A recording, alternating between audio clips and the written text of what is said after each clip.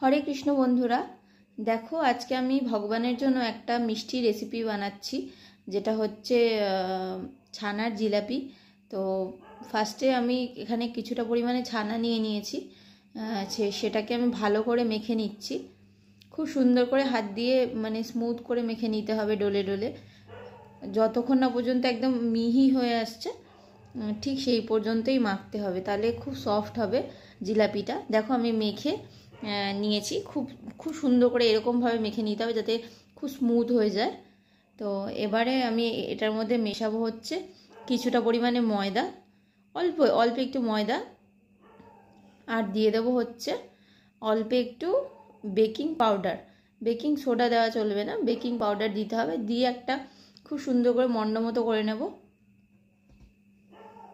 দেখো মেখে নিচ্ছি ভালো করে। এবারে প্রতিটা আমি ভাগ ভাগ করে নিয়েছি, আর সব কটার মধ্যে একটা করে বা দুটো করে এলাচ দানা দিয়ে দিয়েছি, যাতে খুব সুন্দর লাগে খেতে প্রতিটা বাইটে।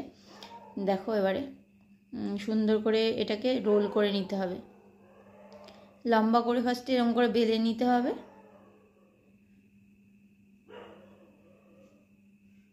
নিয়ে একটা জিলাপির মতো শেপ দেওয়ার চেষ্টা করব।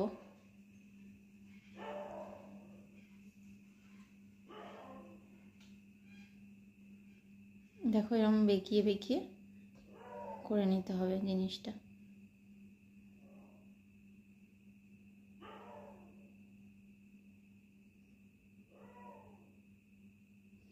দেখো একটা জিলাপি রেডি হয়ে গেল এখানে।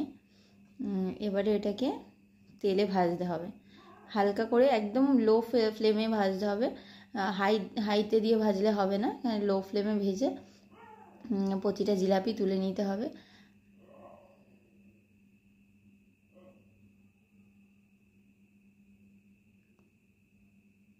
দেখো আমি এখানে তিনটে একসাথে ভাজছি, একদম লো ফ্লেমে ভাজতে হবে। আর এই পাশে আমি একটু চিনি আর জল দিয়ে, সমপরিমাণ জল দিয়ে একটা শিরা মতো করে নেবো, একদম মানে পাতলা শিরা হতে হবে। আর এখানে আমি জিলাপিগুলোকে তুলে নিচ্ছি ভেজে, দিয়ে গরম শিরার মধ্যে দিয়ে দেব। এখানে শিরাটা আমার হয়ে গেছে, চিনির শিরাটা। দেখো আমি এর মধ্যে দিয়ে দেব।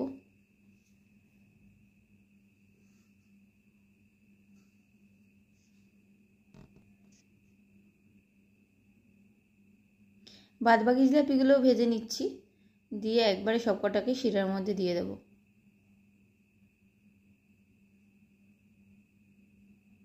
তোমরাও করো বাড়িতে, দেখবে একদম দোকানের মতো খেতে হবে, খুব সুন্দর খেতে হবে, মানে একদম সফট আর খুব সুন্দর। জাস্ট দোকানে যেমন বিক্রি হয় সেরকমই লাগবে, কোনো অন্য ধরনের লাগবে না। তো সব কটাকে আমি গরম শিরার মধ্যেই দিয়ে দিচ্ছি। দিয়ে দেখো এখানে আমার জিলাপিটা রেডি হয়ে গেছে।